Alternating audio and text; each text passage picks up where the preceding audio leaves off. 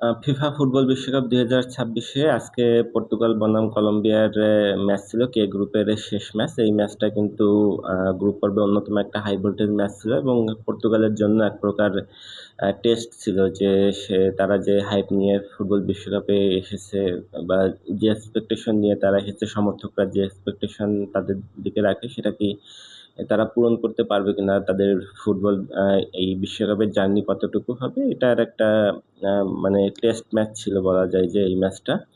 তো কেমন হয়েছে যদি বলতে হয়, আমি ব্যক্তিগতভাবে বলবো যে খেলা আর কি, আপনি দেখবেন যদি খেলা দেখে থাকেন, খেলাটা খুবই ভালো ছিল, খুবই সাজানো গোছানো, খুবই মানে অনেক কম ফাউল হয়েছে, দুই দলই অনেক সুন্দর পাস করে খেলেছে, কিন্তু খেলায় আসলে কোনো উত্তেজনাই ছিল না। মনে হয়েছে যেন দুই দল মানে জেতার জন্য কেউই খেলতেছে না, জাস্ট খেলার দরকার তাই খেলতেছে। যে যার গ্রুপে যে পজিশনে আছে সেই পজিশন নিয়েই তারা হ্যাপি, ড্র করলেই তারা হ্যাপি।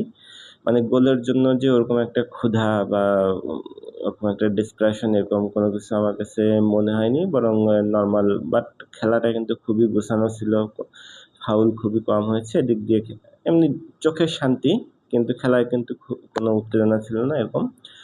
আর পর্তুগাল টিমের কথা যদি বলতে হয়, আমি বলবো যে পর্তুগাল আসলে যে হাইপ নিয়ে ফুটবল এই বিশ্বকাপে এসেছিল সে হাইপটা তার আজকেই শেষ। তাকে নিয়ে, পর্তুগালকে নিয়ে খুব বেশি চিন্তা করার কিছু নেই। এরা আমার মনে হয় রাউন্ড অফ 32তেই পর্তুগাল বাদ পড়ে যাবে। পর্তুগালের আহ, মানে অনেক দিকেই দুর্বলতা চোখে পড়ছে। ডিআর কঙ্গোর বিরুদ্ধেও দুর্বলতা ছিল, মাঝখানে যে উজবেকিস্তানকে 5 গোল দিছে, ওই ম্যাচটা ভিন্ন কথা। আর আজকের ম্যাচটাই মূলত পর্তুগালের মেইন ম্যাচ ছিল বলা যায়, কিন্তু এই ম্যাচে তারা পুরোপুরি ব্যর্থ আমি মনে করি, যদিও ড্র হয়েছে। মানে যদিও তাদের মিডফিল্ডার অনেক স্ট্রং মিডফিল্ড, কিন্তু তাদের ডিফেন্স প্রচুর ল্যাকিংস, মানে প্রচুর গ্যাপ ডিফেন্স। আপনি খেলা দেখলে বা হাইলাইটস দেখলে দেখবেন যে ইজিলি বড় একটা গ্যাপ ক্রিয়েট হয়ে যাচ্ছে ডিফেন্সে, গোল পোস্ট ওপেন হয়ে যাচ্ছে, ডি বক্স ফাঁকা হয়ে যাচ্ছে, ইজিলি কলম্বিয়া ডি বক্সের মধ্যে ঢুকে যাচ্ছে। মানে এটা মনে হয় যে বললাম যে আকর্ষণ নেই বা গোলের ওরকম ক্ষুধা নেই জন্য গোল হয়নি, কিন্তু আমার মনে হয় যে এই ডিফেন্সে বা এই স্টাইলে যদি পর্তুগাল খেলে, তাহলে যদি আহ, ফ্রান্স অথবা জার্মানির সাথে খেলে, তাইলে কমপক্ষে তারা 5 গোলের ব্যবধানে হারবে। আমি একদম গ্যারান্টি দিয়ে বলতে পারি যে এই ডিফেন্স। আর মিডফিল্ডেও যদি খুব বেশি ভালো খেলতেছে সেটা না, অ্যাটাকিংয়েও যে খুব বেশি ভালো এই ফরওয়ার্ডরা যে খুব বেশি ভালো পারফর্ম করতেছে ওরকম না।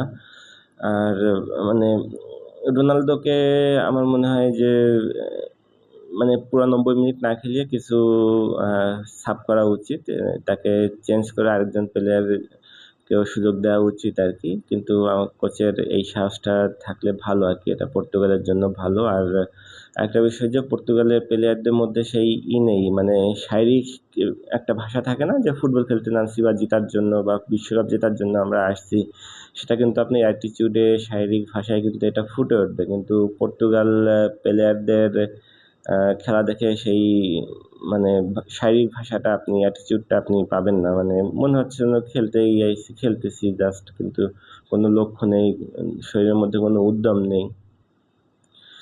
তারপরে এই ম্যাচটা ড্র করেছে। আর পর্তুগালের এই গ্রুপ পর্বে 2টা ম্যাচ ড্র করেছে এবং একটা ম্যাচ জিতেছে, তাদের পয়েন্ট 5, তারা রানার্স আপ হয়ে রাউন্ড অফ 32তে তারা উঠেছে। এখন দেখা যাক যে রাউন্ড অফ 30তে তারা কার সাথে পড়ে এবং কেমন খেলে। তবে আমার মনে হয় যে তারা রাউন্ড অফ 32তেই বাদ পড়ে যাবে।